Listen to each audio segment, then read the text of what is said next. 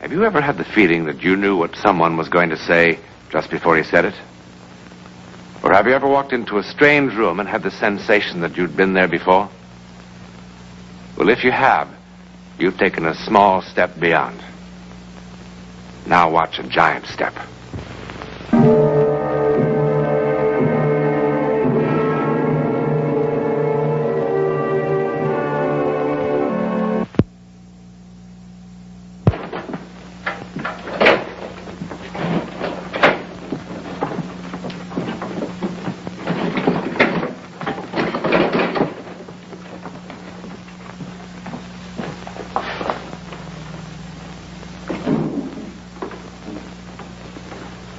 I'm looking for Lieutenant Barnes.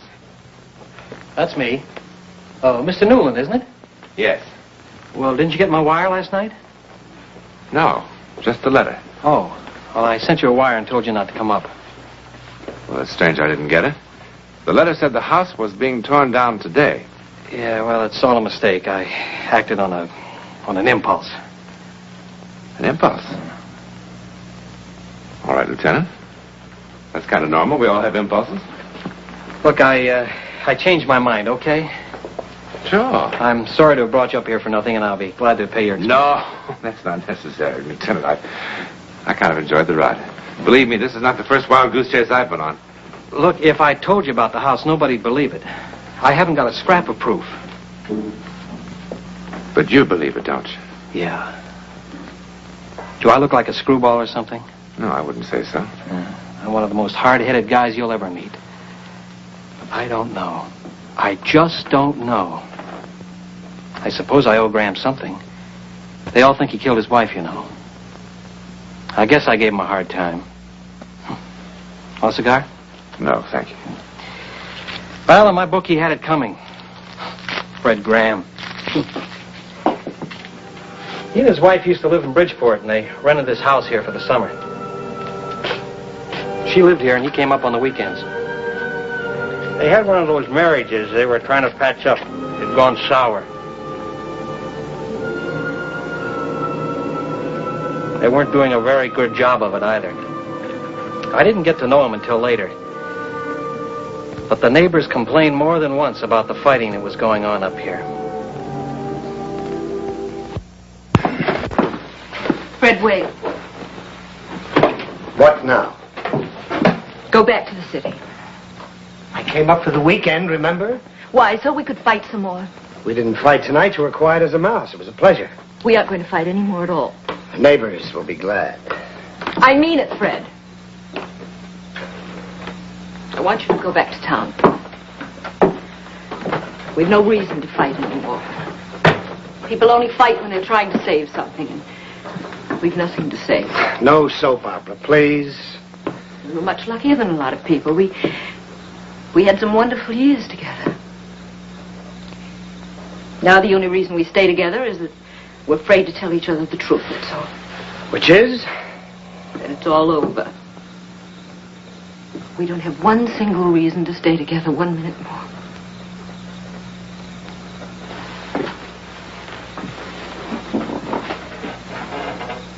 You want a divorce? Well, do you? No. Then what? I'm just going into the house. It's a remarkable house. Terrible house. I was sitting in the living room this afternoon thinking about how absolutely finished we were. And deciding it was all my fault. No, it's nobody's fault. I just felt empty and useless. Just wanted to die. I didn't have one reason to be alive. Not one single reason. Not a child. And whose fault is that?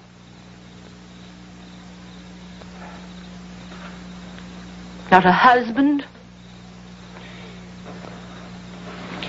I felt like this before. I've taken a sleeping pill or a drink and slept it off, but this afternoon in that house, something happened to me. It was like I don't know how to explain it. It was as if I could translate my not wanting to exist into actuality. I felt empty. As if I were being swallowed up. As if I'd reached the point of zero. I thought, if I look into a mirror, there won't be any reflection. And if I stand in front of the light, there'll be no shadow. Come on, Ruth, it's late. All I have to do is let go. Really let go. And it would be the end of me.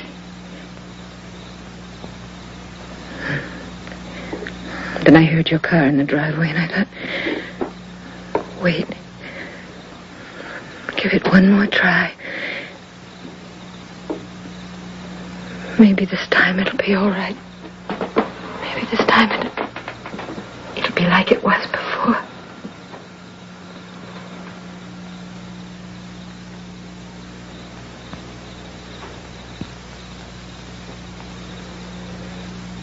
How silly.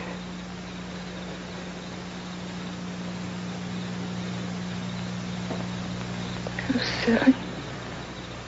Yes. Silly and stupid and boring.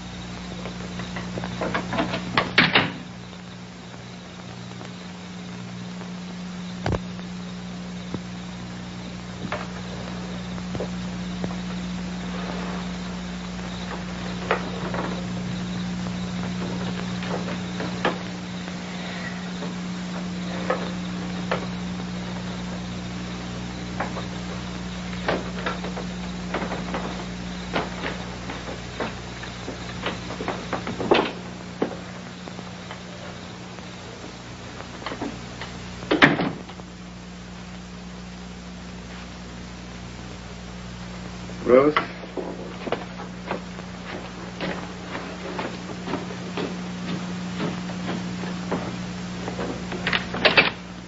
Ruth, why don't we stop all this nonsense and try to get along like grown-up people do?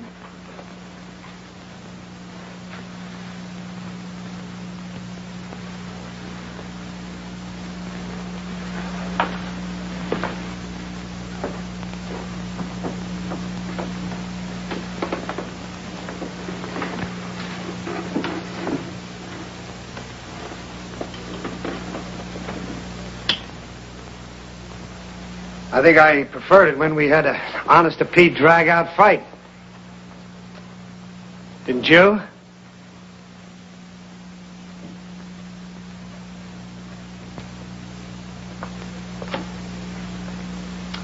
What are you, 3 years old or something? Where are you?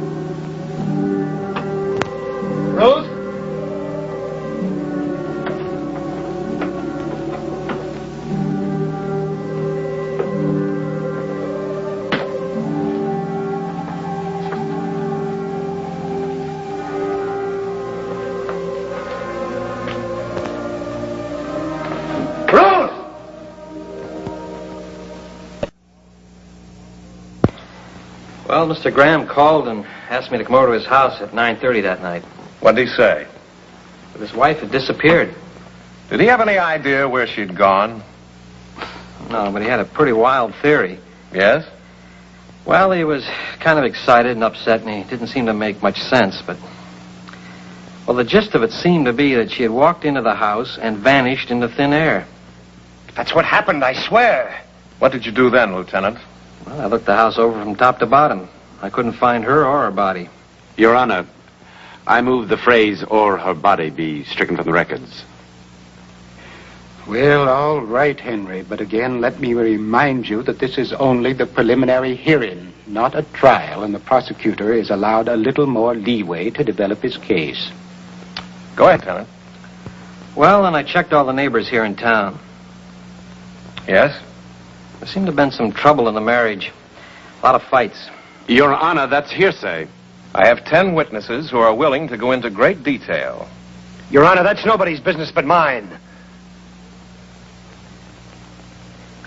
Then I went to Bridgeport to the apartment. Checked the neighbors there. It was the same story. I have several sworn statements from the neighbors, Henry.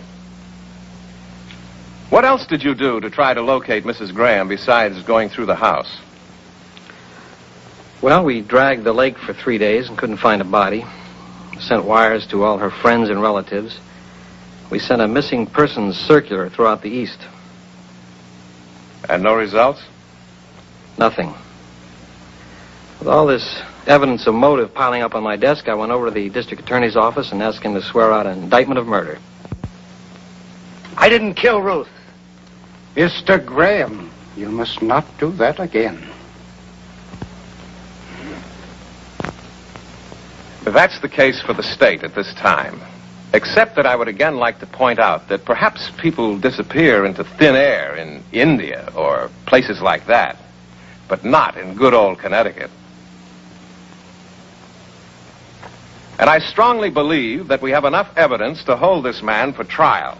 Based on what's been presented today, the court must find that the prosecution has failed to make any case at all in the important area of corpus delicti.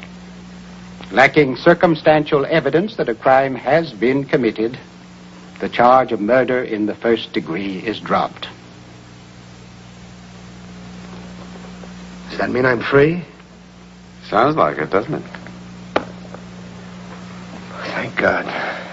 Let me urge the prosecutor to continue his investigations, and let me assure him that should there be new evidence, this court will be very happy to cooperate to the fullest in the cause of justice.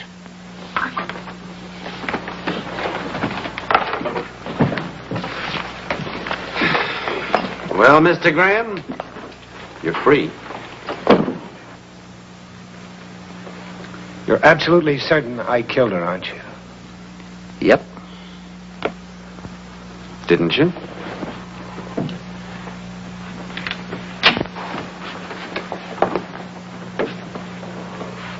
Nice going, Graham.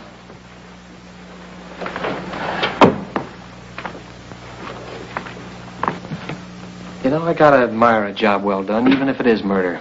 Now, look. You're clean as a whistle. So pack your suitcases, lock your house, go back to Bridgeport, and have a big laugh. But let me warn you. If I so much as find one hair of her head, one bloodstain, one fingernail, I'm going to get you if it's the last thing I ever do. I'll make it easy on you, Lieutenant. I'm going to stay in that house. I'll bet. I'm going to tear that house apart until I find out what happened to my wife. Uh-huh. I am. What is this? Who are you?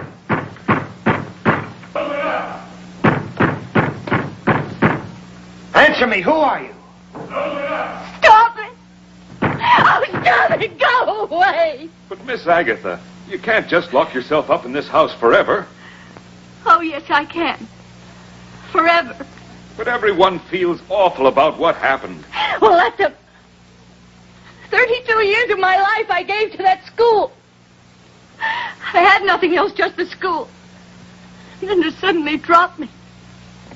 Just as though all those years didn't mean a thing.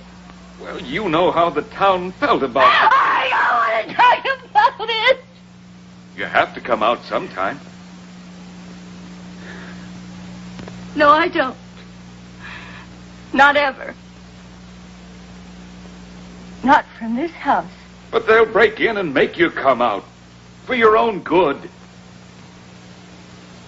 Let them try.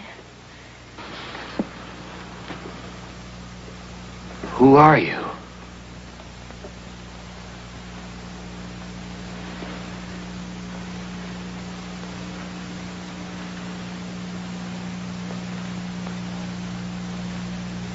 Answer me. Who are you?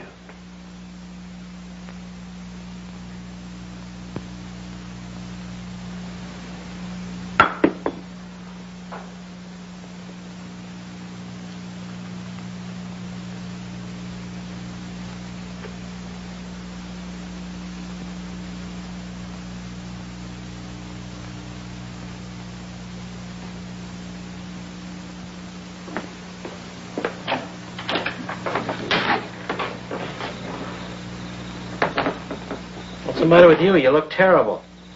Something crazy just happened. What's the matter? You been drinking? She talked just like Ruth did. Who? Her name was Agatha. What are you talking about? She taught school for 32 years. Who did? What are you doing in front of my house? Well, I like to sit here and hear you tear things apart. I reported you to the real estate man.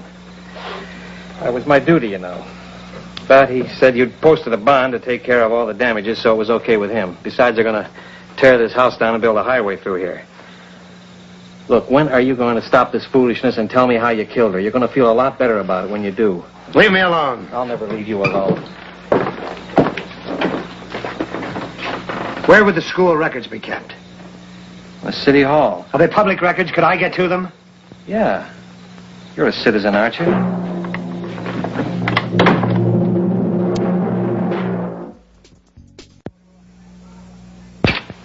Where have you been? I called your office 10 times. I had things to do. You decided to tell all? Ruth wasn't the first. There were 2 others. 2 other what? This house. Something about it. Ruth said it was like being swallowed up. She said if she looked in a mirror, there wouldn't be any reflection. What are you talking about? I don't care what you think. Read this.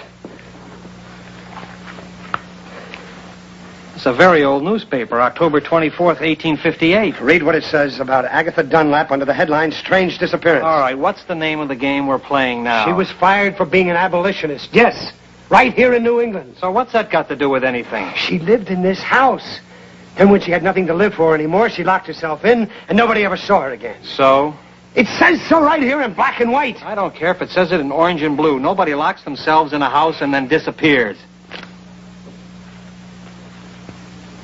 My wife did. You killed your wife. I didn't. Somebody else disappeared the same way. It mentions him in the same article.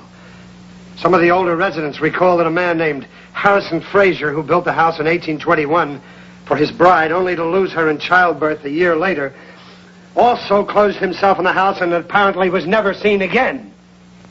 You know, I gotta hand it to you, Graham. You're good. You're very good. What are you going to all this trouble for? What? Is that what gave you the whole idea? What idea? How'd you come by it? By accident? I found it 2 hours ago. I mean before you killed your wife. You know, this is the screwiest alibi I have ever heard. But like I told you, you don't need it. You really don't need it. You're in the clear. Barnes, listen. I didn't kill my wife. Nobody will ever believe me. Nobody that's sane. I didn't believe Ruth. I thought she was out of her mind. But I didn't kill her. And nobody will believe me. That's about all I had to live for. I guess this is how Ruth felt. That school teacher and the poor guy whose wife died on him. All I had to do was let go, and that would be the end of me. That's what Ruth said.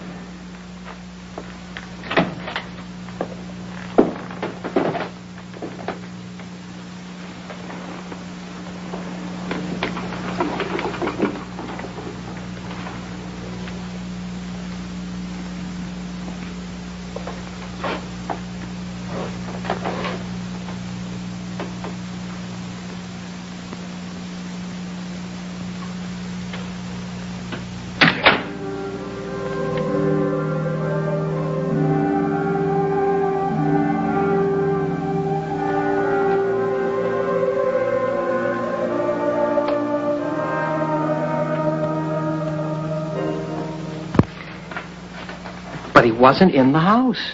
He wasn't there. Well, be logical. How can that be? Well, it's happened many times before, Lieutenant. People have simply vanished from ships, airplanes, and houses just like this, without a trace. Look, nobody in town knows about this. They all think he took off, so if you do decide to use any of it, change the name or change the place, change anything, will you? I understand, sir. Okay. Thank you.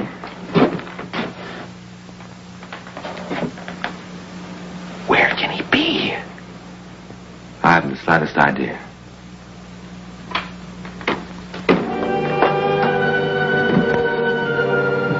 Before Albert Einstein, men were positive that there were only 3 dimensions. Now we are equally positive that there are only 4. That is until someone discovers a 5th dimension. Or perhaps it's already been discovered by people like Mr. Graham.